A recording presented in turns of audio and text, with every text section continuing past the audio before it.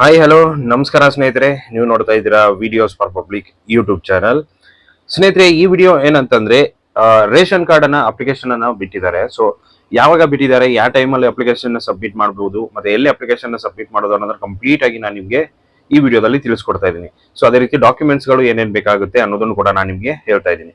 So ವಿಡಿಯೋನ ಕೊನೆವರೆಗೂ ನೋಡಿ. ಇಷ್ಟ ಆದ್ರೆ ಒಂದು ಲೈಕ್ ಮಾಡಿ, ಅದೇ ರೀತಿ ಚಾನಲ್ಗೆ ಹೊಸದಾಗಿರೋರು ದಯವಿಟ್ಟು ಸಬ್ಸ್ಕ್ರೈಬ್ ಮಾಡ್ಕೊಳ್ಳಿ. ಯಾಕಂದ್ರೆ ಇದೇ ರೀತಿಯ ಜನಸಾಮಾನ್ಯರಿಗೆ ಬೇಕಾಗುವಂತ ಎಲ್ಲ ಇನ್ಫಾರ್ಮೇಶನ್ಸ್ಗಳು ನನ್ನ ಒಂದು ಚಾನಲ್ ಅಲ್ಲಿ ನಿಮಗೆ ಸಿಗ್ತಾ ಹೋಗುತ್ತೆ. ಸೊ ಹಾಗಂತಂದ್ರೆ ರೇಷನ್ ಕಾರ್ಡ್ ಅನ್ನ ಏನಂತಂದ್ರೆ ಹೊಸ ಅಪ್ಲಿಕೇಶನ್ ಮತ್ತೆ ತಿದ್ದುಪಡಿಗೆ ಏನ್ ಮಾಡಿದ್ದಾರೆ, ಒಂದು ಅನೌನ್ಸ್ ಅನ್ನ ಮಾಡಿದ್ದಾರೆ. ಸೊ 2 ದಿವಸಗಳ ಕಾಲಾವಕಾಶ ಕೊಟ್ಟಿದ್ದಾರೆ. ಅದೇ ರೀತಿ ಟೈಮಿಂಗ್ಸ್ ಅನ್ನ ಕೂಡ ಕೊಟ್ಟಿದ್ದಾರೆ, ಒಂದು ಮೆಡಿಕಲ್ ಎಮರ್ಜೆನ್ಸಿಗೋಸ್ಕರ ಅಂತ. ಸೊ ಯಾರೆಲ್ಲ ಇನ್ನ ಅಪ್ಲೈ ಮಾಡಿಲ್ಲ ಅವರೆಲ್ಲ ಅಪ್ಲೈ ಮಾಡ್ಕೋಬಹುದು. ಯಾವ ತರ ಅಪ್ಲೈ ಮಾಡ್ಕೊಳ್ಳೋದು ಏನು ಅದೆಲ್ಲ ನಿಮಗೆ ಕಂಪ್ಲೀಟ್ ಡೀಟೇಲ್ ಆಗಿ ನಾನು ಈ ವಿಡಿಯೋದಲ್ಲಿ ನಿಮಗೆ ತಿಳಿಸ್ಕೊಡ್ತಾ ಇದ್ದೀನಿ.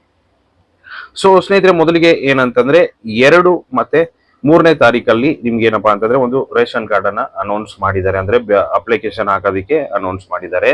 ಸೊ ನೀವೇನ್ ಮಾಡ್ಬೋದಪ್ಪ ಅಂತಂದ್ರೆ 2ನೇ ತಾರೀಕು ಮತ್ತು 3ನೇ ತಾರೀಕು ನೀವು ಒಂದು ಹೊಸ ಅಪ್ಲಿಕೇಶನ್ಸ್ ಅನ್ನ ಹಾಕೋಬಹುದು, ಬೆಳಿಗ್ಗೆ 10 ಗಂಟೆಯಿಂದ ಮಧ್ಯಾಹ್ನ 2 ಗಂಟೆವರೆಗೂ. ಸೊ ನೀವು ಯಾವ ಡಿಸ್ಟ್ರಿಕ್ಟ್ ಇರಲಿ, ಎಲ್ಲೇ ಇರಲಿ, ನೀವು ಈಸಿಯಾಗಿ ನಿಮ್ಮ ಒಂದು ರೇಷನ್ ಕಾರ್ಡ್ ಅಪ್ಲಿಕೇಶನ್ ಅನ್ನ ಹಾಕೋಬಹುದು. ಸೊ ಬೇಕಾಗುವಂತ ಡಾಕ್ಯುಮೆಂಟ್ಸ್ ಏನು ಅನ್ನೋದನ್ನ ನಿಮ್ಗೆ ಹೇಳ್ಕೊಡ್ತೀನಿ ಇವಾಗ. ಸೊ ಮೊದಲಿಗೆ BPL ರೇಷನ್ ಕಾರ್ಡ್ ನ ಅಪ್ಲೈ ಮಾಡ್ತಿದ್ರಪ್ಪ ಅಂತಂದ್ರೆ ನಿಮ್ಮ ಒಂದು ಆಧಾರ್ ಕಾರ್ಡ್ ಗಳು ಬೇಕಾಗುತ್ತೆ, ಎಲ್ಲಾ ಫ್ಯಾಮಿಲಿ ಮೆಂಬರ್ಸ್ ಗಳದ್ದು. ಅದೇ ರೀತಿ ಫ್ಯಾಮಿಲಿ ಮೆಂಬರ್ಸ್ ಅಲ್ಲಿ ಒಬ್ಬರದು ಇನ್ಕಮ್ ಮತ್ತೆ ಕ್ಯಾಸ್ಟ್ ಸರ್ಟಿಫಿಕೇಟ್ ಬೇಕಾಗುತ್ತೆ. ಅದೇ ರೀತಿಯಾಗಿ 6 ವರ್ಷಗಳ ಕೆಳಗಡೆ ಒಂದು ಮಗು ಇತ್ತಪ್ಪ ಅಂತಂದ್ರೆ ಅದರದ್ದು ಒಂದು ಬರ್ತ್ ಸರ್ಟಿಫಿಕೇಟ್ ಕಂಪಲ್ಸರಿಯಾಗಿ ಬೇಕಾಗುತ್ತೆ. ಸೊ ಇದಿಷ್ಟು BPL ರೇಷನ್ ಕಾರ್ಡ್ಗೆ ಬೇಕಾಗಿರುವಂತ ಡಾಕ್ಯುಮೆಂಟ್ಸ್.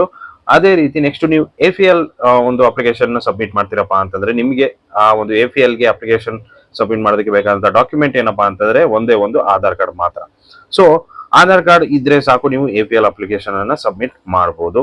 ಸೊ ಹಾಗಂತಂದ್ರೆ ಕರೆಕ್ಷನ್ ಅನ್ನ ಕರೆಕ್ಷನ್ ಅನ್ನ ಯಾವ ದಿನಾಂಕದಲ್ಲಿ ಬಿಟ್ಟಿದ್ದಾರೆ ಮತ್ತೆ ಯಾವ ಟೈಮ್ ಅಲ್ಲಿ ಬಿಟ್ಟಿದ್ದಾರೆ ಅನ್ನೋದನ್ನ ನಾನು ನಿಮ್ಗೆ ಇವಾಗ ಹೇಳ್ಕೊಡ್ತೀನಿ.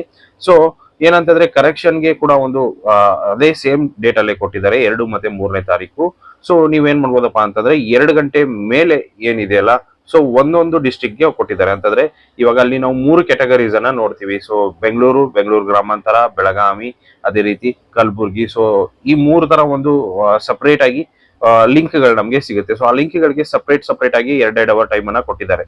ಸೊ ನೀವು ಫಸ್ಟ್ ಬೆಂಗಳೂರು ತಗೊಂಡ್ರಪ್ಪ ಅಂತಂದ್ರೆ 2 ರಿಂದ 3, ಅದೇ ರೀತಿ ಸೆಕೆಂಡ್ ಆಪ್ಷನ್ ತಗೊಂಡ್ 3 ರಿಂದ 4, ಅದೇ ರೀತಿ ಥರ್ಡ್ ಆಪ್ಷನ್ 4 ರಿಂದ 5. ಸೊ ಈ ತರ ಒಂದು 1 ಅವರ್ ಟೈಮ್ ಅನ್ನ ಏನ್ ಮಾಡಿದ್ದಾರೆ, ಕರೆಕ್ಷನ್ಗೆ ಅಂತ ಕೊಟ್ಟಿದ್ದಾರೆ.